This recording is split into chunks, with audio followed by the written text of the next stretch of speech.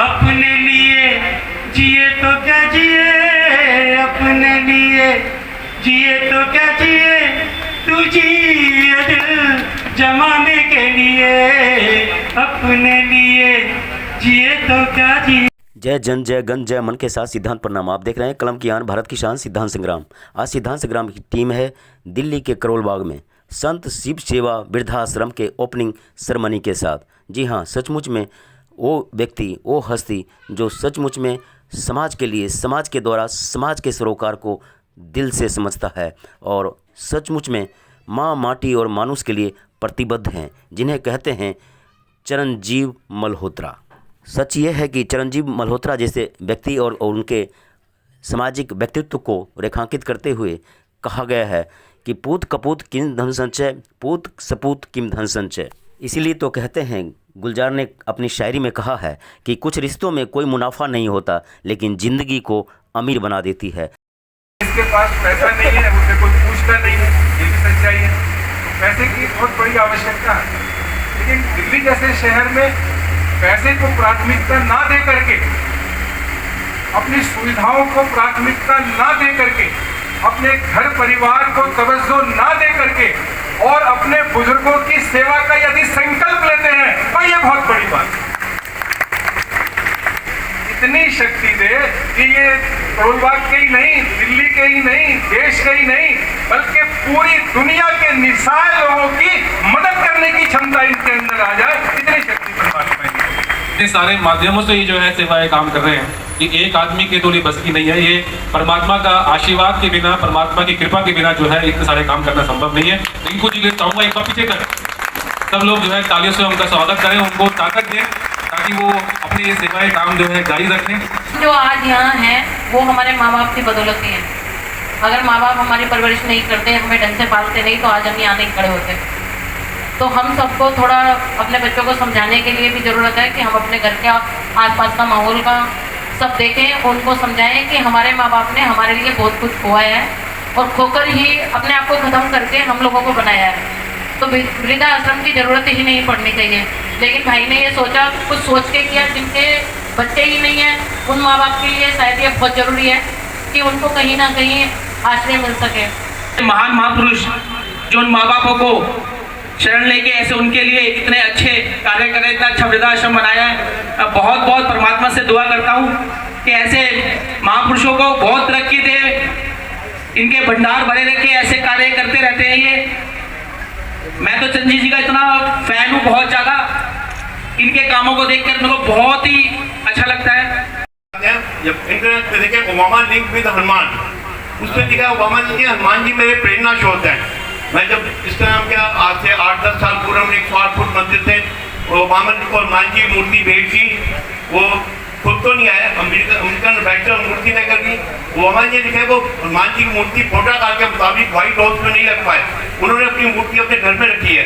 वो लिखते सुबह जाते हुए मैं हनुमान जी के दर्शन करके जाता हूँ, उनके पर्स के अंदर भी हनुमान जी की फोटो है। कहने का पर्पज यह है कि एक दूसरी जाति का व्यक्ति, दूसरे धर्म का व्यक्ति, दूसरे देश का व्यक्ति, वो हमारे हनुमान जी को मानता है, हनुमान जी को हमारे अपने ही है।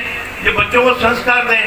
दूसरा, चिरंजीव जी जो कार्य कर रहे हैं, मैंने link of book of records के अंदर भी इनका नाम भेजा है। उसके जो अस्थियाँ प्रवाह किए इन्होंने, और कोरोना में जो काम किया है, अभी हमने 1 साल पूर्व इनका नाम राष्ट्रपति अवार्ड के लिए भेजा हुआ है। तो बाकी पिछले साल शंटी जी का नाम भेजा था, उनको पिछले साल अवार्ड मिला है। इस साल इनका नाम भेजा हमने।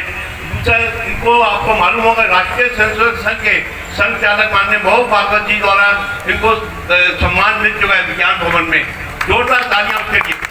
मुझे आज ही वो याद है कोविड का वक्त 2020, जब कोविड जिसको हो जाता था, उसकी जो डेड बॉडी आती थी, बेटा बाप की बॉडी छोड़ के जा रहा है अस्पताल में तो लेने नहीं आ रहा, तो रिंकू जी और कुछ एक आध सिपाही लोग और कुछ इनके जो कार्यकर्ता वो खुद बॉडी लेके आते थे, उसको कंधा देते थे। आज भी मेरे पास फोटो है जिसमें हमारे एक भैया देवेंद्र उपजी भी थे, वो भी बॉडी आज भी मेरे पास फोटो है।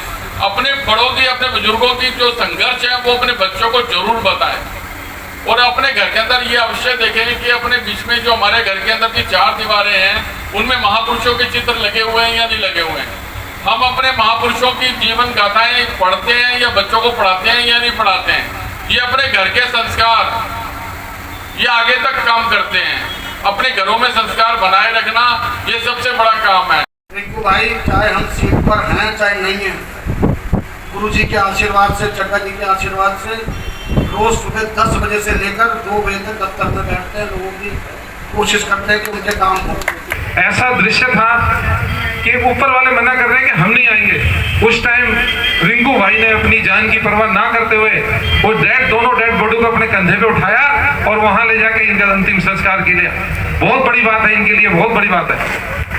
आशीर्वाद लेंगे तभी आप आगे बढ़ सकते हैं। तो हम ये नहीं कह सकते बहुत बड़ा काम है, हम उसके काबिल हैं, ये बहुत बड़ा काम है कि वो औलाद उस सेवा करने के काबिल है या नहीं है, ये सबसे बड़ा काम है। और देखिए कि मैं पहले बताता हूँ, मैं कुछ नहीं हूँ, करने वाले महादेव है।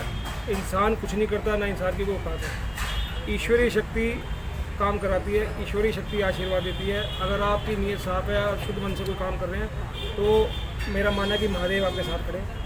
महादेव भी करेंगे, महादेव ने किया और महादेव ही चलाएंगे। और महादेव ही सेवा जिसकी करवानी है वहाँ भेजेंगे, महादेव जिसकी सेवा हमसे करवानी है हम सेवा करेंगे। और करेंगे सब कुछ बाबा ही, इंसान कुछ नहीं। चलती रहेगी। और बहुत आप कहते हैं ना कि समाज में जरूरत क्यों नहीं वृद्धाश्रम की। 3 दिन की के अंदर हमारे पास 8 लोग आ गई, और जिनके लिए मैंने अभी जिक्र भी किया था कि जिनकी बहुत अच्छी औलादें हैं, जिनके पैसे प्रॉपर्टी अपने नाम पर छोड़ दिया गया, तो अभी 50 का है। अगर आगे बढ़ता जाएगा तो महादेव ने चाहा तो बढ़ाएंगे।